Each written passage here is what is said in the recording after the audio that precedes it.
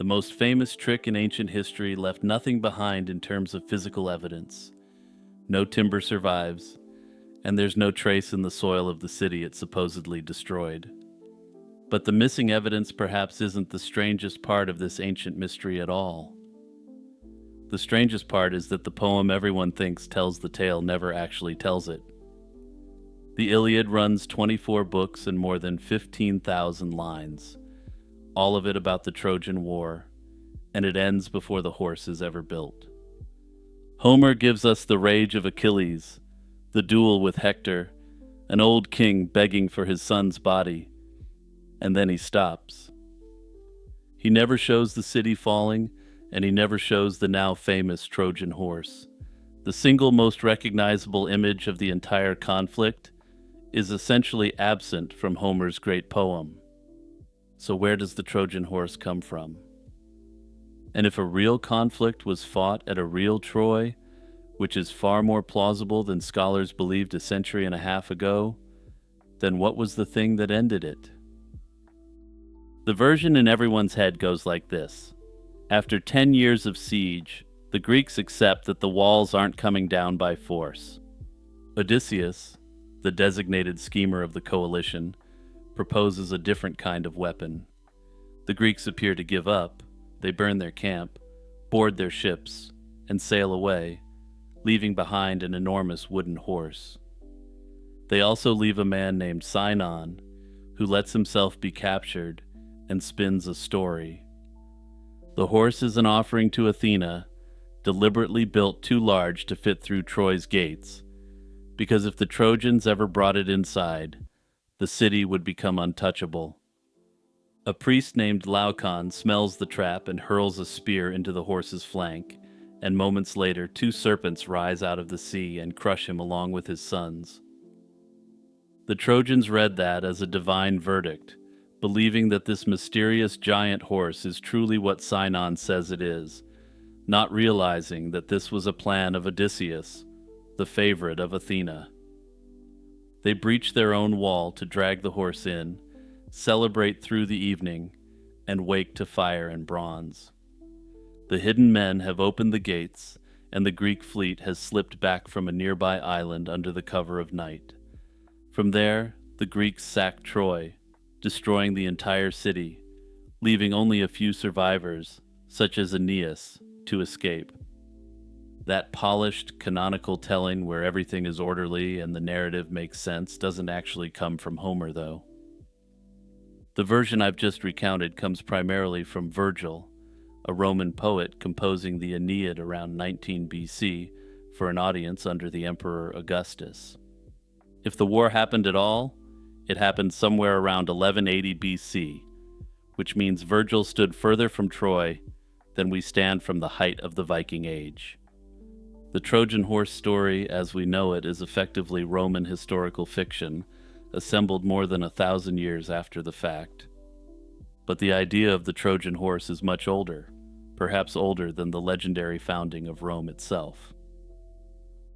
Homer, whoever he actually was, composed somewhere around the 8th century BC, roughly 4 centuries after the supposed war. The Iliad covers about 50 days of the conflict's final year and closes with Hector's funeral. The horse appears in the Odyssey instead, and only in 3 glancing moments, the way you'd mention a story your audience already knows by heart. In one, Menelaus reminisces about the night the city fell. Helen, he says, circled the horse 3 times, stroking its flanks and calling out to the hidden men in the voices of their own wives.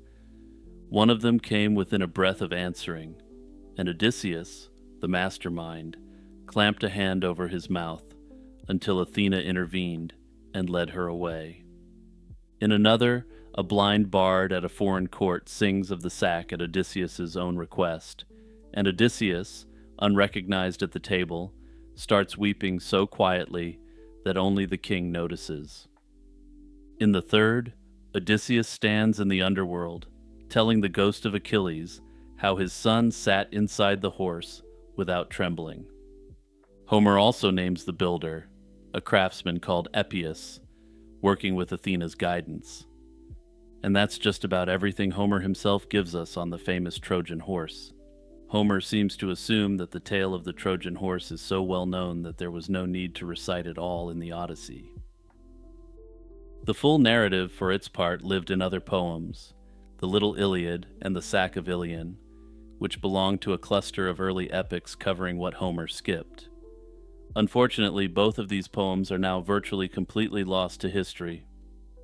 What survives are scattered fragments, and a bare plot summary compiled centuries later by a writer named Proclus. This means our oldest complete accounts of the Trojan Horse are secondhand outlines of vanished books. Even the head count inside the horse was never settled. The ancient Greek historian Apollodorus put it at 50, but he was writing over 1,000 years removed from the events of the Trojan War. Quintus of Smyrna, who retold the sack in Greek verse around the 3rd century AD, named about 30 men. A surviving reference to the Little Iliad reportedly gave 3,000, a figure so absurd that most scholars write it off as a copying error. However, this hasn't stopped some popular depictions of the horse as being a truly gigantic wooden hulk capable of fitting thousands of men.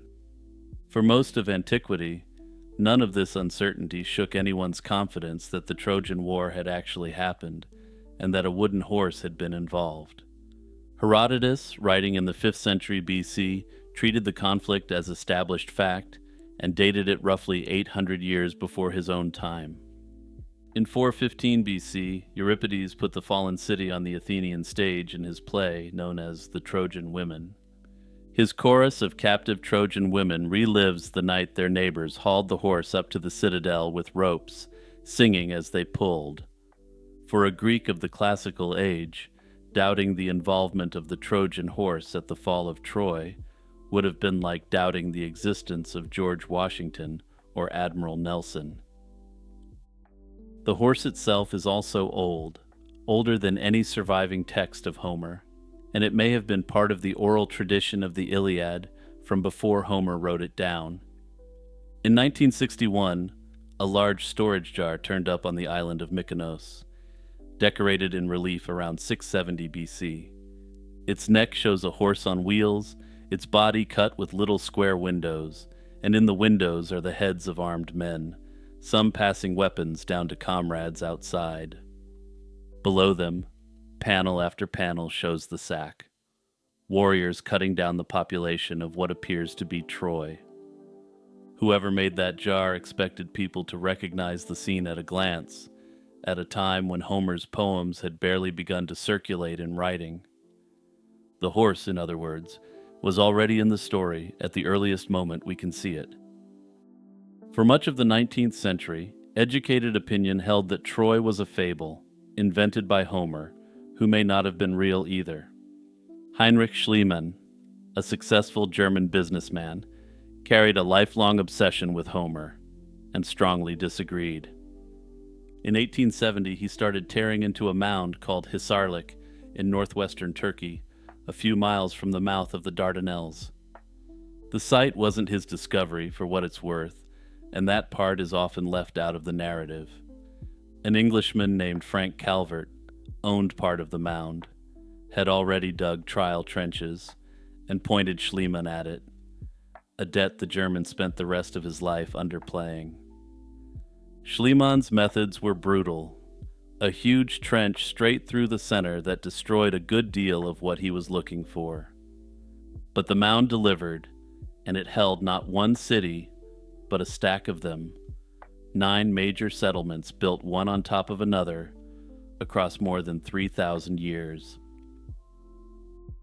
In 1873, he unearthed a hoard of gold jewelry he called Priam's treasure, photographed his Greek wife wearing the diadems, and smuggled the lot out of Ottoman territory. The treasure was real, but it was also from a layer dating to roughly 2400 BC, more than 1,000 years too early for any Trojan War. This is a mistake that took decades to untangle and led to significant ongoing disputes as to what had actually been found at Hisarlik. Schliemann's assistant Wilhelm Dürpfeld, and later Karl Blegen, an American archaeologist digging in the 1930s, worked out which layers could plausibly overlap with Troy.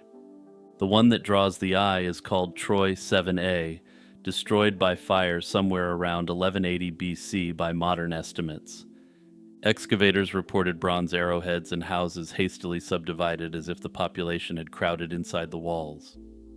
Storage jars sunk into the floors for a city bracing to be cut off, and there were unburied remains in the streets. Whatever destroyed that settlement, it wasn't a quiet abandonment by any means. And notably, the date lands close to ancient guesswork.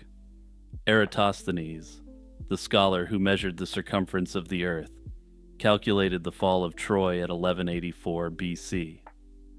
Then the picture grew, and starting in 1988, a German-led team under Manfred Korfmann re-excavated the site and ran magnetic surveys over the surrounding fields. Beneath them sat a lower town, ringed by a defensive ditch cut into bedrock, showing that the citadel on the mound was only the crown of a much larger city.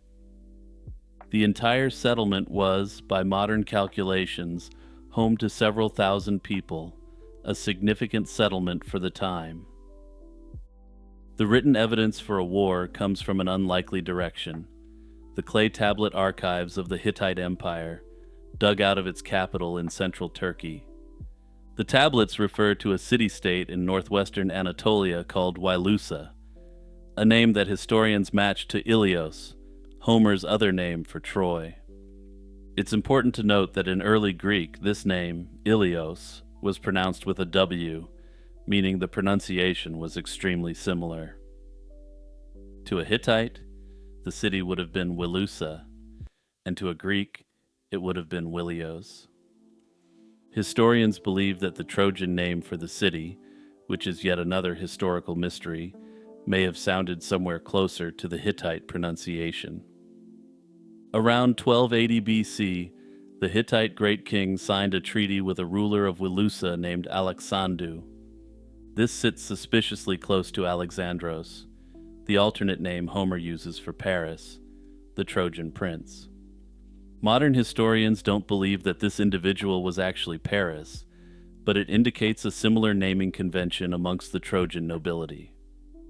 Other tablets track a seagoing power called Ahiawa that kept meddling along the Anatolian coast, and most specialists now accept that Ahiawa means Mycenaean Greece. These people are the Achaeans of the Iliad and the Odyssey, the heroic figures such as Agamemnon, Achilles, Ajax, and Odysseus. One letter, sent by a Hittite king to his Ahiawan counterpart around 1250 BC, even reminds him that the two powers had once come to hostilities over Wilusa itself. Another, written a generation or so earlier, has Hittite troops marching to deal with trouble at Wilusa. None of that proves Homer's Trojan War, or proves the Trojan Horse was real. What it shows, as the archaeologist and historian Eric Klein has argued, is Greeks and Trojans in real, repeated friction over that exact city, possibly across generations.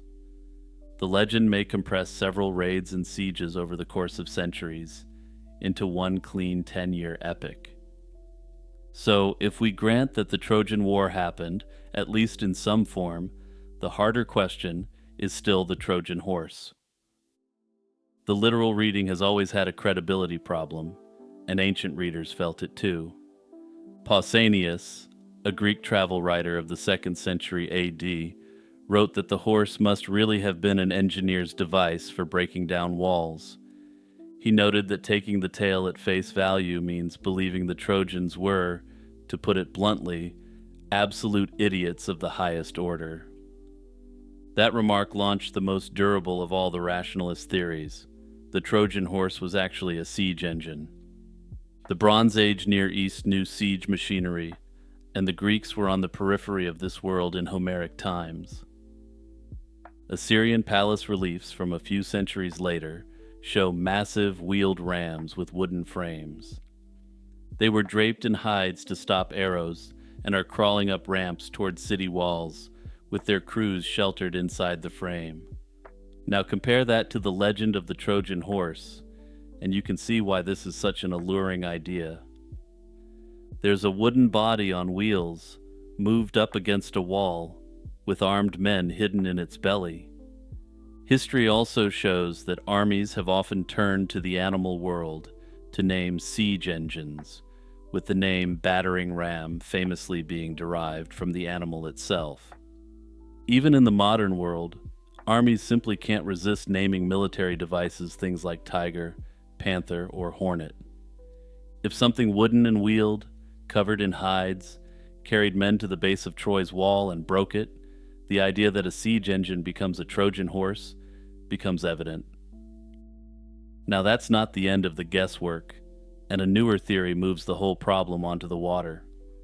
In 2016, the marine archaeologist Francesco Tiboni argued that the horse wasn't a land machine at all, but a ship, specifically a Levantine trading vessel with a carved horse's head at the prow.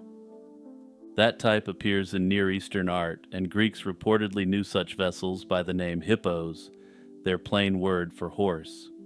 Homer himself calls ships the horses of the sea, and it's not hard to see why an ancient would think that way. In that reading, the original story had warriors concealed inside a horse ship, left riding at the shore as a parting offering, and hauled in by Trojans who saw a trophy loaded with plunder. Generations later, audiences who'd never seen a horse-style ship heard the word and pictured an animal. Personally, while I find this theory interesting, all the other evidence we have strongly suggests that the Trojan horse was something that goes on land. There's also a layer below Troy 7a that has a theory of its own. Troy 6, the grander city that preceded the burned one, collapsed around 1300 BC with tower damage and tumbled wall sections that Blegan attributed to a major earthquake. This is important because of who Poseidon, the Greek god, was, and his scope was much wider than we often think today. Poseidon ruled the sea, but he was also the god the Greeks called the Earth Shaker, and the horse was his sacred animal. In the ancient Greek myths, Poseidon even built Troy's walls himself, alongside Apollo, and was cheated of his payment by a Trojan king. The Austrian historian Fritz Schachermeyer pulled those threads together in the mid-20th century. Suppose an earthquake threw down Troy's defenses, and attackers poured through the wreckage. A story preserving that event in religious shorthand would say the Earthshaker delivered the city, and the Earthshaker's emblem is a horse. On this interpretation, the wooden horse itself may even be real, with the Greeks assembling a horse as an offering to Poseidon, the Earthshaker. The dates are awkward, though, since the earthquake city and the besieged-looking city are different layers separated by decades. But layers blur in oral memory, and a warband exploiting a quake-shattered Troy could potentially explain both piles of rubble at once. The last possibility is that there was never a horse of any kind, because soldiers smuggled inside a gift is a story older than Troy itself. An Egyptian papyrus from the same broad era preserves the tale of the capture of Joppa, in which a general serving Thutmose III does something very similar. This was roughly 3 centuries before Troy 7a burned, and the general took the rebellious city by hiding armed men inside baskets carried through the gates as tribute. It's the same shape as the Trojan horse narrative, since the city takes the gift, and the gift opens in the dark. There's a cousin of this theory that lets the object itself survive. Later, Greeks claimed that the horse carried an inscription on its flank, dedicating it to Athena in exchange for a safe voyage home.